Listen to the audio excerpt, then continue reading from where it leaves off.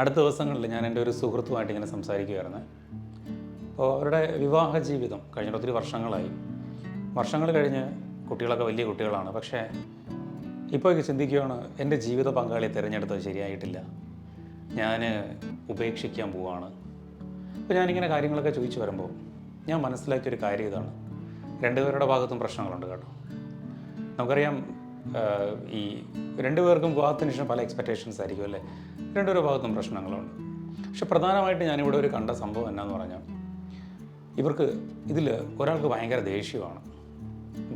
ഭയങ്കര ദേഷ്യമാണ്. എപ്പോഴും പൊട്ടിത്തെറിച്ചുകൊണ്ട് വളരെ ക്രോധത്തോടുകൂടെ സംസാരിക്കും.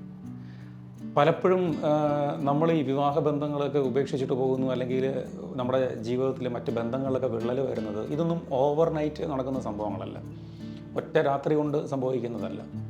ഒരുപാട് നാളത്തെ പ്രശ്നങ്ങൾ, പല പല പ്രശ്നങ്ങൾ ഇങ്ങനെ ഒന്നിൻ്റെ പുറകെ ഒന്ന് വന്ന് അവസാനം എല്ലാം കൂടെ ഒന്ന് പൊട്ടിത്തെറിച്ചാണ് പല സംഭവങ്ങളുണ്ടാകുന്നത്. ഞാനിത് പറയാൻ കാരണം, എന്നെ കേട്ടുകൊണ്ടിരിക്കുന്ന നിങ്ങളിൽ ആരെങ്കിലുമൊക്കെ ഇങ്ങനെ സാഹചര്യത്തിലാണെങ്കിൽ അതിൽ നിന്ന് എങ്ങനെ നമുക്ക് മാറാം, അതിനെക്കുറിച്ചാണ് ഞാൻ പറയുന്നത്. ഇതുമായിട്ട് ബന്ധപ്പെട്ട് ഞാൻ നിങ്ങളുടെ ഒരു കഥ പറഞ്ഞുതരാം. ഒരിക്കലും ഒരു കൊച്ചു കുട്ടി അവന് ഭയങ്കരമായിട്ട് ഈ ദേഷ്യം നിയന്ത്രിക്കാൻ പറ്റത്തില്ല. ഭയങ്കരമായിട്ട് എക്സെൻട്രിക്കായിട്ട് ബിഹേവ് ചെയ്യും, ഭയങ്കര അരഗൻ്റായിട്ട് ബിഹേവ് ചെയ്യും. എല്ലാത്തിനും തൊട്ടതിനും പിടിച്ചതിനൊക്കെ ഭയങ്കര ദേഷ്യമാണ്. അവൻ്റെ അപ്പൻ്റെ അടുത്തും അവൻ്റെ സഹോദരൻ്റെ അടുത്തൊക്കെ ഭയങ്കര റൂഡായിട്ടാണ് സംസാരിക്കുന്നത്. അപ്പോൾ ഈ കൊച്ചിന് ഈ ദേഷ്യം കൺട്രോൾ ചെയ്യാൻ പറ്റുന്നില്ല. അപ്പോൾ അങ്ങനെ ഇരിക്കുമ്പോൾ ഇവൻ്റെ അപ്പൻ്റെ അടുത്ത് ഇപ്പം പറയും, അപ്പോൾ എനിക്ക് ഇത് പറ്റുന്നില്ല, എന്നെക്കൊണ്ട് ഇത് കൺട്രോൾ ചെയ്യാൻ പറ്റുന്നില്ല.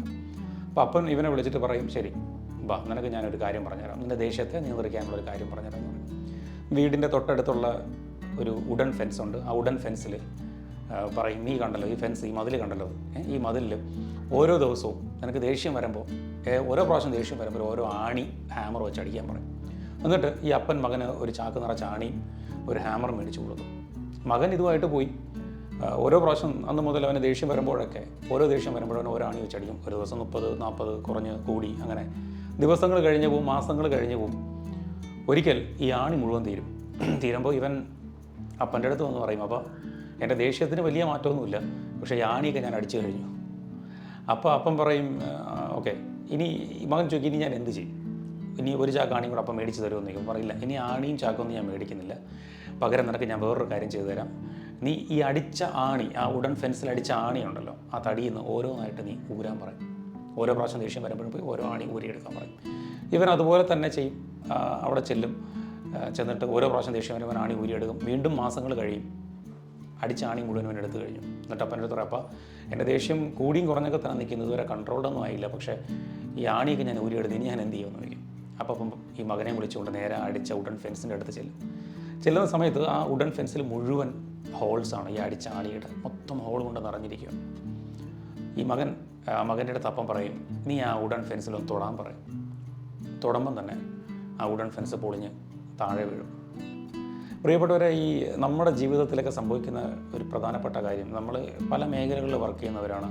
കുടുംബത്തിനകത്തോടെ നമ്മുടെ ബിഹേവിയർ എങ്ങനെയാണ്, നമുക്ക് നമ്മുടെ ഇമോഷൻസ് കൺട്രോൾ ചെയ്യാൻ പറ്റുന്നുണ്ട്, നമ്മുടെ ദേഷ്യം കൺട്രോൾ ചെയ്യാൻ പറ്റുന്നുണ്ട്. ഇത് വളരെ വളരെ ഇമ്പോർട്ടൻ്റ് ആയിട്ടുള്ളൊരു കാര്യമാണ്. ദേഷ്യം വന്നൊക്കെ, ദേഷ്യം മനുഷ്യരല്ലേ വരും എന്നൊക്കെ നമ്മൾ പറയുമ്പോഴും നമ്മൾ ചിന്തിക്കേണ്ട ഒരു കാര്യം, ഈ ദേഷ്യമൊക്കെ മറ്റൊരാളുടെ ഹൃദയത്തിൽ ഓരോ ആണികളായിട്ട് അടിക്കപ്പെടുകയാണ്.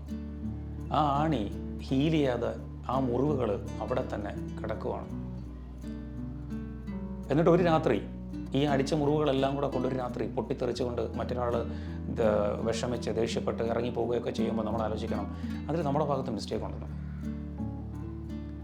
ഒരു രാത്രി കൊണ്ട് ആരും മാറിയും അങ്ങനെയൊന്നും സംഭവിക്കത്തില്ല. ക്രമേണ വരുന്ന മുറിവുകളാണ്.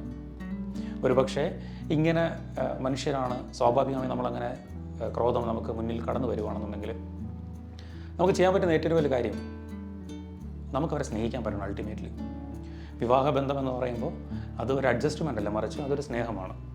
ആ സ്നേഹത്തിൽ നമ്മൾ നിലനിൽക്കാൻ പഠിക്കണം. സ്നേഹിക്കുന്ന ഒരാളടുത്ത് നമുക്ക് ക്ഷമിക്കാൻ കഴിയും. പക്ഷെ ഈ ക്ഷമിക്കുന്ന സ്നേഹത്തിൻ്റെ കൃപ എന്ന് പറഞ്ഞാൽ ഭയങ്കര വലുതാണ്. നമ്മളത് കുരിശിൽ കാണുന്നുണ്ട്, ഈ ക്രിസ്തുവിൻ്റെ ക്ഷമിക്കുന്ന സ്നേഹവും അല്ലേ. അപ്പോൾ അത് വലിയൊരു സ്നേഹമാണത്. അപ്പോൾ അങ്ങനെ നമുക്ക് പരിശ്രമിക്കാം. ഇത് പറഞ്ഞു തീർക്കുന്നതിന് മുമ്പ് ഒരു ബൈബിൾ വചനം കൂടെ നിങ്ങളോട് എനിക്ക് പങ്കുവയ്ക്കണമെന്നുണ്ട്. അത് യാക്കോബിൻ്റെ പുസ്തകം 1-ാം അധ്യായം 19 മുതലുള്ള തിരുവചനങ്ങളാണ്. വചനം ഇങ്ങനെ പറയുന്നു: എൻ്റെ പ്രിയ സഹോദരരെ അറിയുവിൻ, ഏതു വ്യക്തിയും കേൾക്കുന്നതിൽ തിടുക്കമുള്ളവനും സംസാരിക്കുന്നതിൽ മന്ദഗതിക്കാരനും കോപിക്കുന്നതിൽ അമാന്തമുള്ളവനുമായിരിക്കണം. എന്തെന്നാൽ മനുഷ്യൻ്റെ കോപം ദൈവനീതിയുടെ പ്രവർത്തനത്തിന് പ്രേരണയാകുന്നില്ല. നമ്മൾ ഇത് വളരെ വളരെ ആലോചിക്കേണ്ട ഒരു കാര്യമാണ്. അതായത് നമ്മൾ ഒച്ച കൂട്ടി പറഞ്ഞത് കൊണ്ടോ ദേഷ്യപ്പെട്ടത് കൊണ്ടോ ഒന്നും നമ്മൾ പറയാനുള്ള കാര്യം, നമ്മൾ പറയുന്ന ഇൻറ്റൻസിറ്റിയിൽ ആ കാര്യം കൺവേ ആവണമെന്നില്ല. പക്ഷേ സ്നേഹത്തിൻ്റെ ഒരു വാക്ക്, സമാധാനത്തിൻ്റെ ഒരു വാക്ക് പറഞ്ഞ് നമ്മുടെ ജീവിതത്തിൽ നമുക്ക് മാറ്റാം. നമ്മൾക്ക് ഇങ്ങനെ വീഴ്ചകൾ പറ്റിപ്പോയിട്ടുണ്ടെങ്കിൽ ഇന്ന് നമുക്കൊരു തീരുമാനമെടുത്തുകൊണ്ട് മുന്നോട്ട് പോകാം. ഇനി മുതൽ എൻ്റെ ക്രോധത്തെ എന്നെ ഭരിക്കാൻ ഞാൻ അനുവദിക്കുകയില്ല. ദൈവത്തിൻ്റെ കൃപയാൽ ഞാനതിന് ഉപേക്ഷിക്കുമെന്ന്. ആ സാഹചര്യങ്ങൾ വരുമ്പോൾ അതിൽ നിന്ന് നമുക്ക് ഒഴിഞ്ഞു മാറാൻ ശ്രമിക്കാം. അത് പ്രാക്ടീസ് ചെയ്യുമ്പോഴാണ് ക്രമേണ നമ്മളിതിൽ നിന്ന് വിട്ടുപോകുന്നത്. നമ്മൾ കേട്ടിട്ടല്ലേ, നമുക്ക് നിശബ്ദത കൊണ്ട് പലപ്പോഴും നമുക്ക് മറുപടി കൊടുക്കാം. അത് ദൃഢമായ കുടുംബ ബന്ധങ്ങളിലേക്ക് കടന്നു ചെല്ലും. അങ്ങനെ നമുക്ക് സ്നേഹിക്കാം. ദൈവം നിങ്ങളെ അനുഗ്രഹിക്കട്ടെ.